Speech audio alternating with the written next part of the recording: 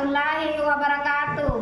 Waalaikumsalam warahmatullahi wabarakatuh. Oke, ketua kelasnya silakan pimpin doanya. Sebelum kita memulai pelajaran pada hari ini, marilah kita membaca doa terlebih dahulu. Doa dimulai.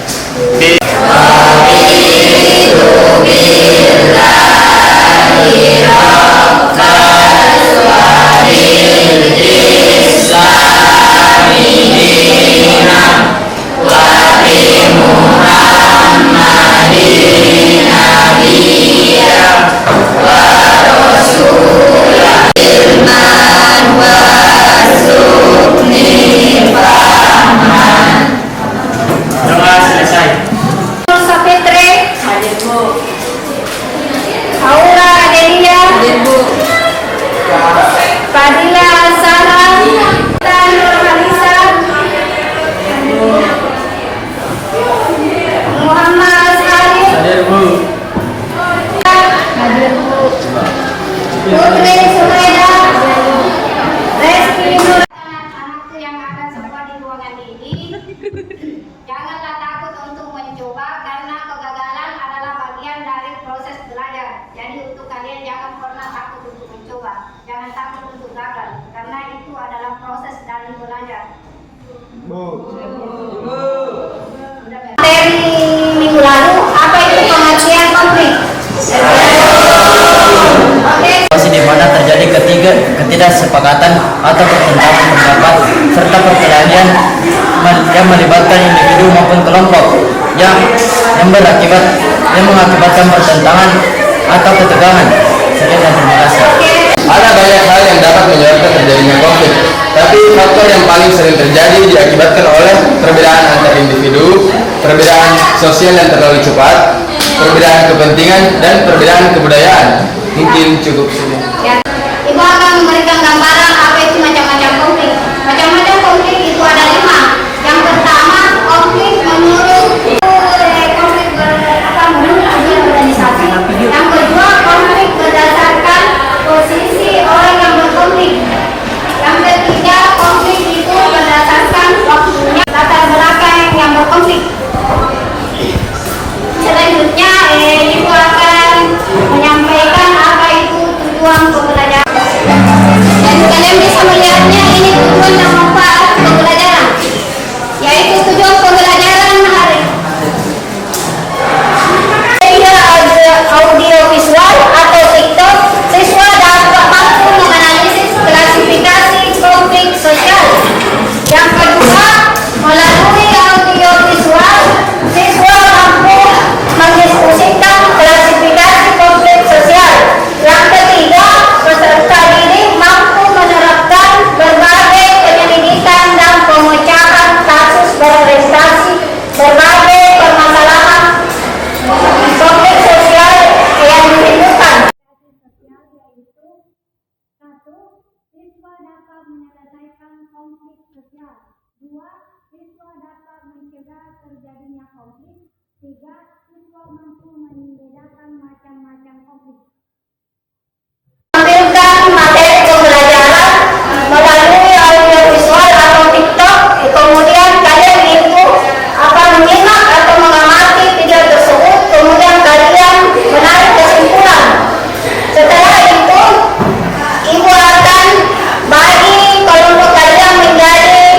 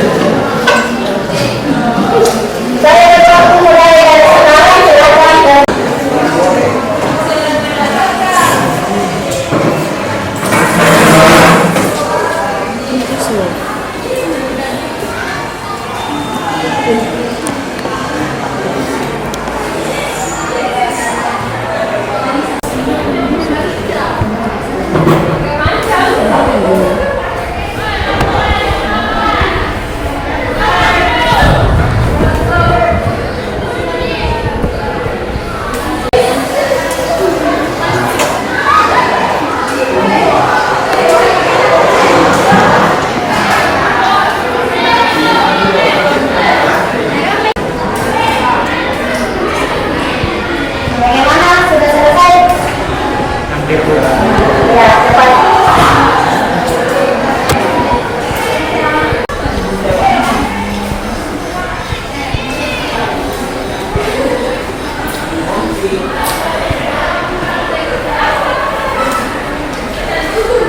Tadi Ibu sudah memberikan gambaran macam-macam konflik. Silakan siapa yang bisa menyimpulkan kembali apa itu macam-macam konflik. Ada yang bisa? Jadi macam-macam konflik sosial itu ada 5.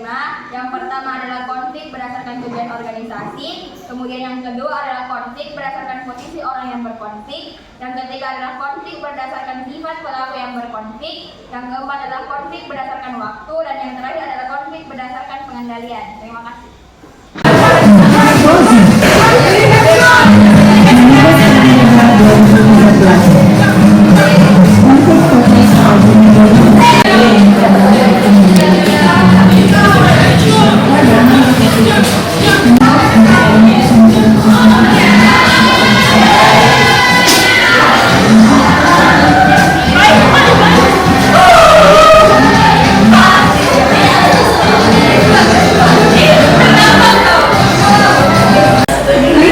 Konflik berdasarkan tujuan organisasi, konflik nasional, konflik yang mendukung, tercapainya tujuan, mempunyai derajat kedudukan yang tinggi sama, konflik horizontal, konflik sosial yang terjadi di dalam masyarakat antara dua pihak. Selamat datang di tugas sosial. Assalamualaikum. Selamat.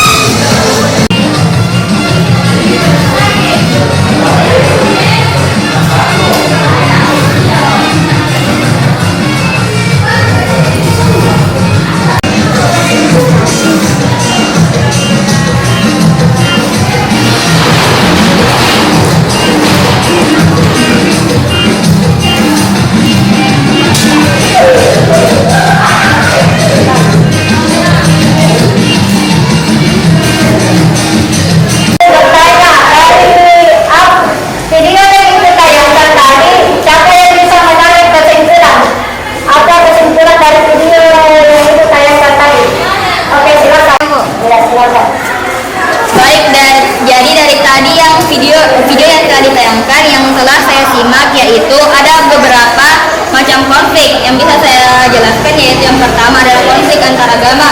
Konflik antar agama contohnya antar agama Islam dengan agama Kristen. Mereka berkonflik atau berseteru karena mempunyai kepercayaan tersendiri. Oke, dari selanjutnya itu atas nama Anissa Nur Savitri, Fadlia Anissa, Nur Fadila, Adelia, Putri Sulaida Zulkifli,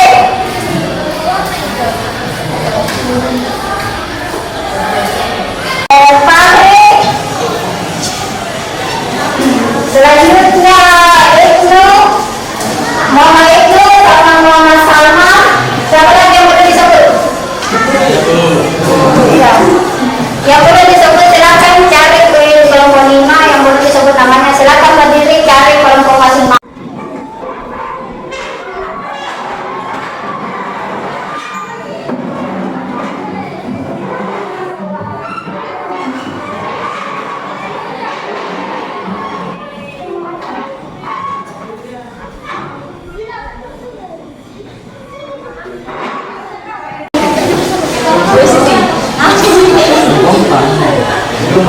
Untuk kelompoknya apa?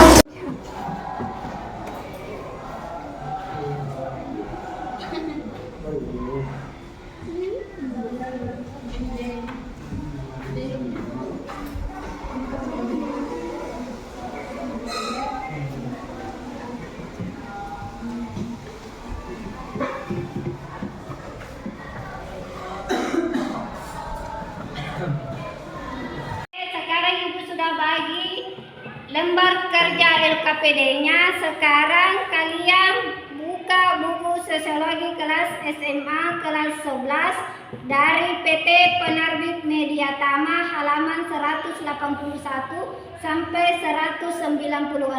Kalian juga bisa mencari jurnal lain lewat Google.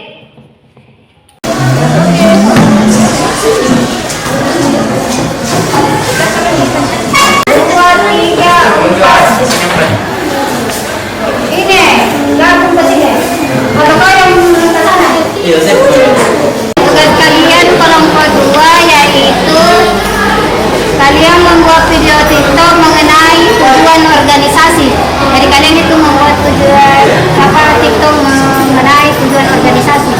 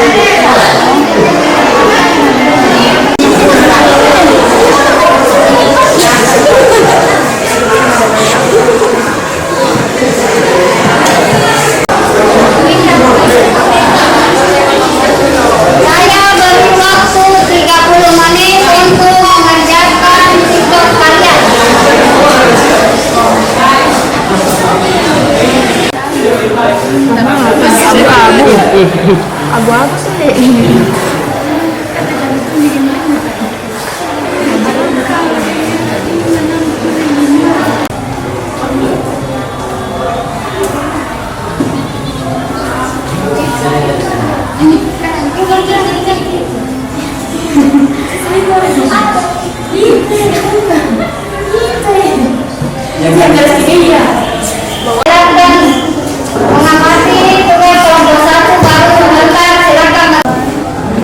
Assalamualaikum warahmatullahi wabarakatuh.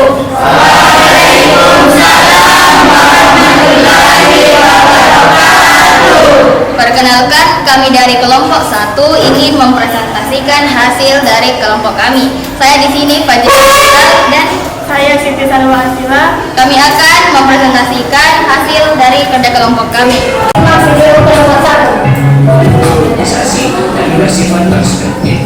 Ini sangat dibutuhkan dalam organisasi dalam konflik. Contoh konflik fungsional. Misalnya ada sebuah kasus di mana seorang manajer perusahaan menghadapi masalah tentang pengelolaan sebenarnya dan memberikan dana tersebut kepada divisi yang mampu mengelola dengan efektif dan efisien. Jadi, divisi yang produktif tidak akan memperoleh dana tersebut dan perusahaan akan Organisasi sosial mengalami fungsional tidak dipungkiri juga dapat menimbulkan konflik. Konflik fungsional merupakan konflik yang menghambat tercapainya suatu organisasi yang bersifat. Konflik disfungsional dapat merugikan semua pihak, baik individu, kelompok, maupun organisasi. Oleh karena itu, Oke, silakan kelompok 3. Silakan bertanya. Ya baik, saya akan bertanya dari kelompok 1. Kelompok 3. Untuk pertanyaan dari kelompok 1. Apa yang melatar belakangi terjadinya konflik fungsional? Ada yang mau bertanya? Oke, silakan. Terima kasih. Di sini saya ingin bertanya mengapa konflik fungsional maupun disfungsional memiliki batasan yang tidak tegas. Terima kasih. Terdapat beberapa aspek yang melatar belakangi terjadinya konflik fungsional. Yang pertama itu perbedaan pendapat. Konflik fungsional seringkali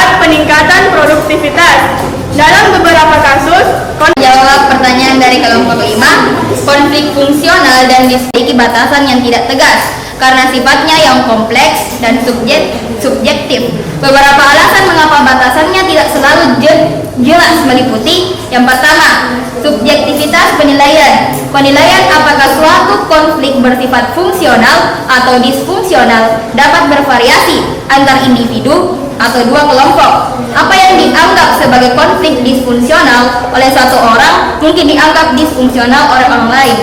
2. Konteks spesifik. Konflik dapat menjadi fungsional atau disfungsional tergantung pada konteks spesifik di mana itu terjadi. Yang ketiga, perubahan dinamis. Sifat konflik dapat berubah seiring waktu dan peristiwa tertentu. Yang keempat, variabilitas individu. Perbedaan individu dalam menanggapi konflik juga dapat menyebabkan batasan yang tidak tegas.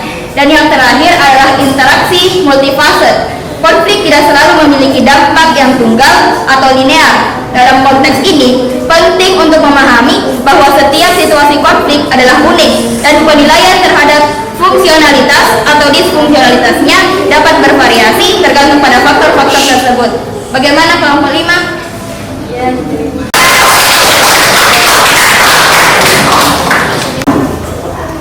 Hasil video kami. Silakan bertanya.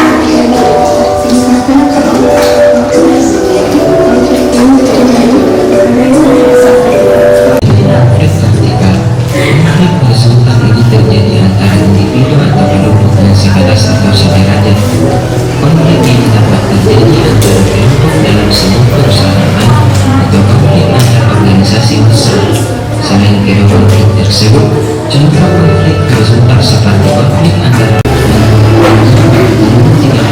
konflik horizontal dapat dipicu oleh beberapa hal berikut ini. Yang pertama, adanya kecemburuan yang bersumber pada kreativitas. Ada yang mau bertanya?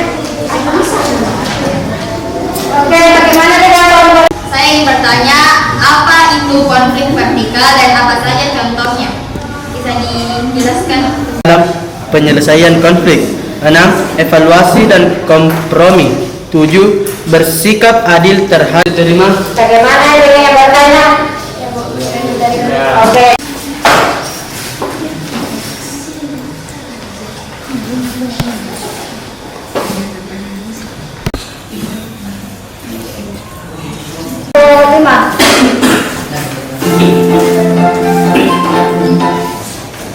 Dari perwakilan kelompok 5 akan mempresentasikan video hasil analisa kami.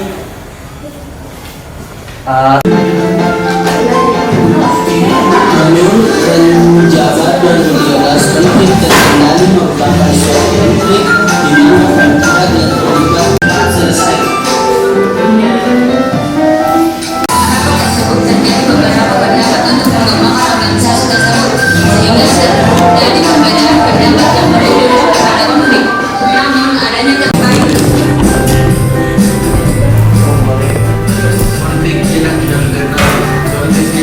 Assalamualaikum warahmatullahi wabarakatuh.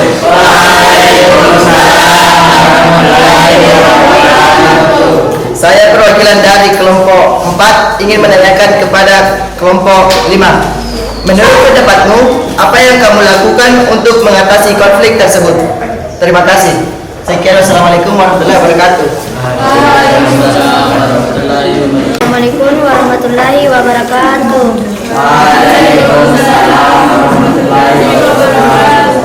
Saya dari kelompok 4 ingin bertanya kepada kelompok 5. Pertanyaan saya, apakah kamu pernah mengalami konflik sosial terkendali? Sekian dan terima kasih. Mengalami konflik terkendali.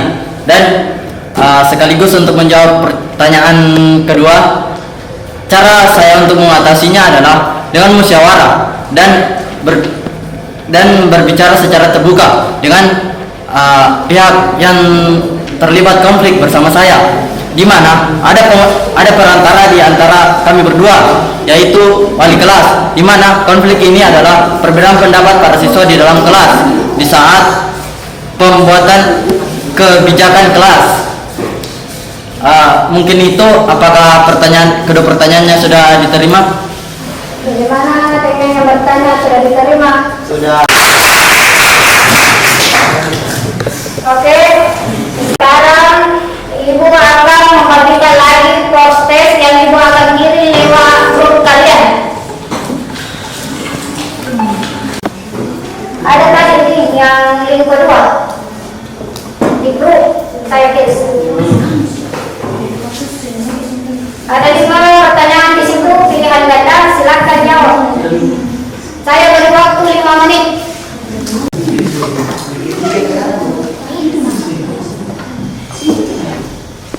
Yang satu, ada itu lagi yang satu.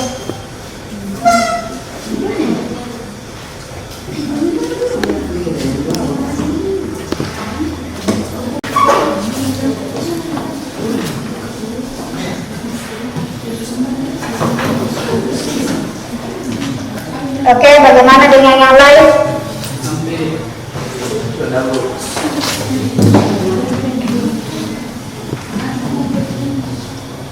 Silakan isi. Itu yang satu, ada lagi yang satu. Link yang satu buka.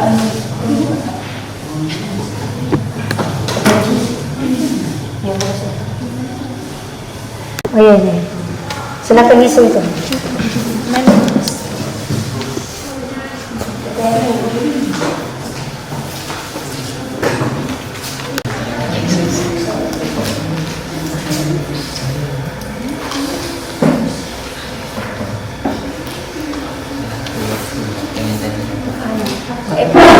Posisi. Bagaimana saudara dari awal sampai akhir sudah semua kita kerjakan. Sekarang Ibu meminta satu orang mewakili temannya untuk memberikan kesimpulan dari apa yang telah kita pelajari hari ini. Siapa yang bisa memberikan kesimpulan? Bismillahirrahmanirrahim. Saya akan memberikan kesimpulan dari pelajaran kita hari ini. Jadi yang pertama yang dapat saya pahami itu macam-macam konflik. Macam-macam konflik itu terbagi menjadi 5 bagian. Yang pertama yaitu konflik berdasarkan tujuan organisasi, dan yang kedua yaitu konflik berdasarkan posisi berkonflik, dan yang ketiga adalah konflik berdasarkan sifat pelaku yang berkonflik, dan yang keempat merupakan konflik berdasarkan waktu, dan yang terakhir atau yang kelima konflik berdasarkan pengendalian. Sekian dari saya. Oke, terima kasih. Yang saya dapat pada pembelajaran hari ini yaitu ada beberapa macam konflik. Ada 5. Yang pertama adalah konflik berdasarkan tujuan organisasi, terbagi menjadi 2, yaitu konflik fungsional dan konflik disfungsional. Terus yang kedua adalah konflik berdasarkan posisi pelaku yang berkonflik, itu terbagi menjadi 2 juga, yaitu konflik vertikal, konflik horizontal, dan konflik diagonal. 3. Kemudian yang ketiga adalah konflik berdasarkan sifat pelaku yang berkonflik. Ada terbagi juga menjadi beberapa bagian. Yang pertama adalah konflik terbuka dan konflik tertutup. Dan yang keempat adalah konflik berdasarkan waktu, terbagi menjadi 2, yaitu konflik sesaat atau konflik spontan dan konflik berkelanjutan. Dan yang terakhir adalah konflik berdasarkan pengendalian. Sekian. Oke, setelah Ibu periksa tadi hasil pretest dan post testnya masih ada beberapa yang salah. Nanti pertemuan berikutnya kita akan bahas sebelum masuk materi berikutnya. Oke? Oke, selanjutnya untuk pertemuan berikutnya kita akan mempelajari tentang kekerasan. Jadi minggu depan kita akan mempelajari tentang kekerasan.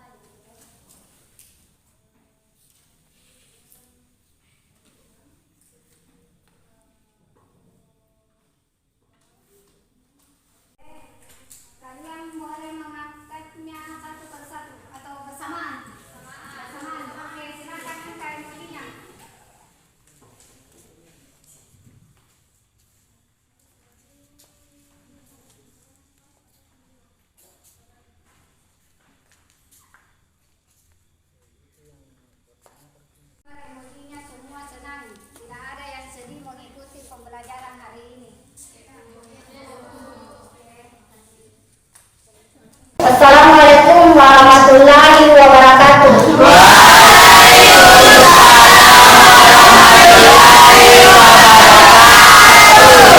Oke, satu orang pimpin doa pulang. Baiklah, sebelum kita pulang, marilah kita membaca doa keluar ruangan terlebih dahulu. Doa dimulai.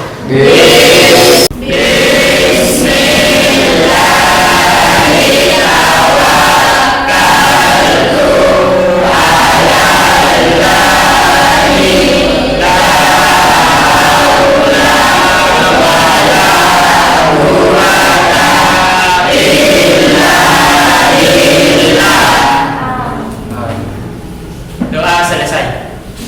Assalamualaikum warahmatullahi wabarakatuh.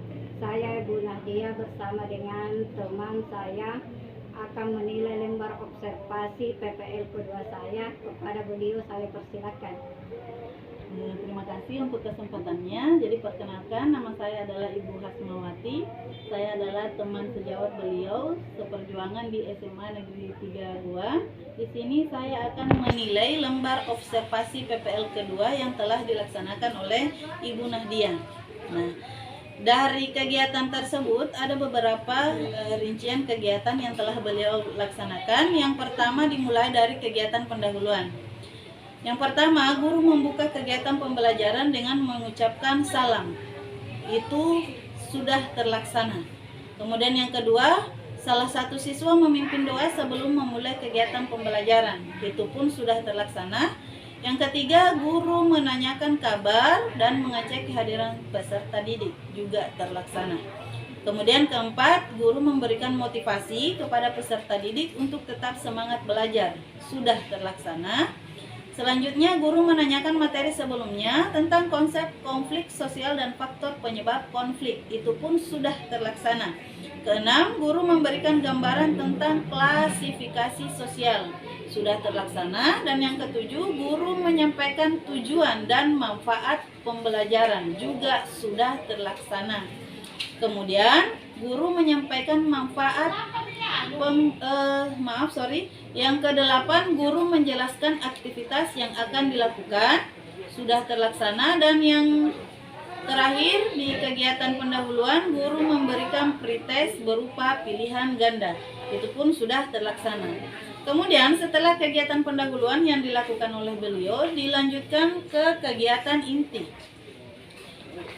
Dimulai dari yang pertama, guru bertanya tentang macam-macam klasifikasi konflik sosial. Itu sudah terlaksana.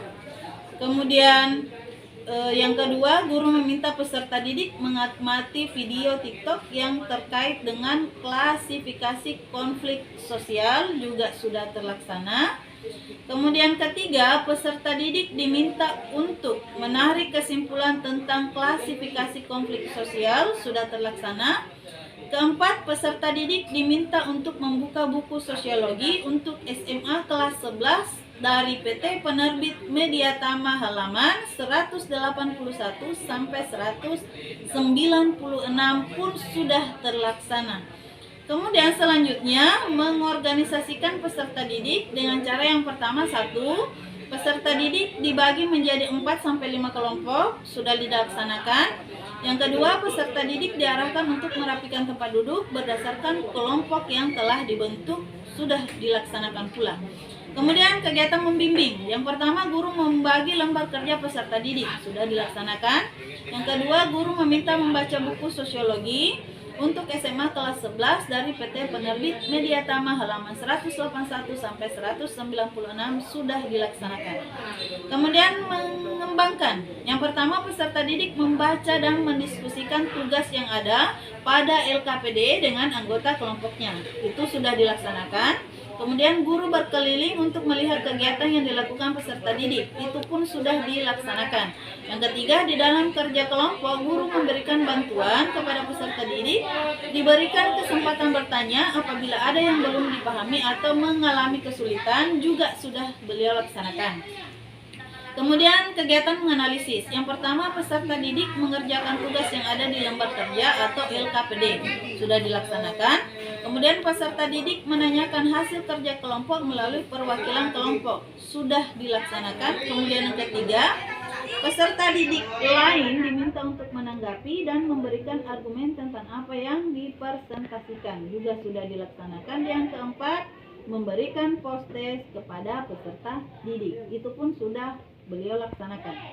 Kemudian setelah kegiatan inti tersebut, lanjut kepada kegiatan penutup, di mana yang pertama, guru dan siswa menarik kesimpulan tentang poin-poin penting yang muncul dalam kegiatan pembelajaran yang baru dilakukan. Beliau sudah laksanakan. Yang kedua, memberikan penghargaan kepada kelompok yang memiliki kinerja dan kerjasama yang baik. Itu sudah dilaksanakan. Kemudian yang ketiga, guru menyampaikan hasil pretest dan post-test. Sudah dilaksanakan. Kemudian yang keempat, guru mengkonfirmasi materi yang akan dibahas pada pertemuan berikutnya tentang kekerasan. Itu pun sudah beliau laksanakan. Dan yang terakhir, yang kelima, guru menutup dengan doa dan memberi salam. Kegiatan tersebut pun sudah dilaksanakan. Demikian lembar observasi yang sempat saya nilai pada kegiatan PPL kedua yang dilaksanakan oleh Ibu Nadia. Kurang dan lebihnya mohon dimaafkan. Terima kasih dan assalamualaikum warahmatullahi wabarakatuh.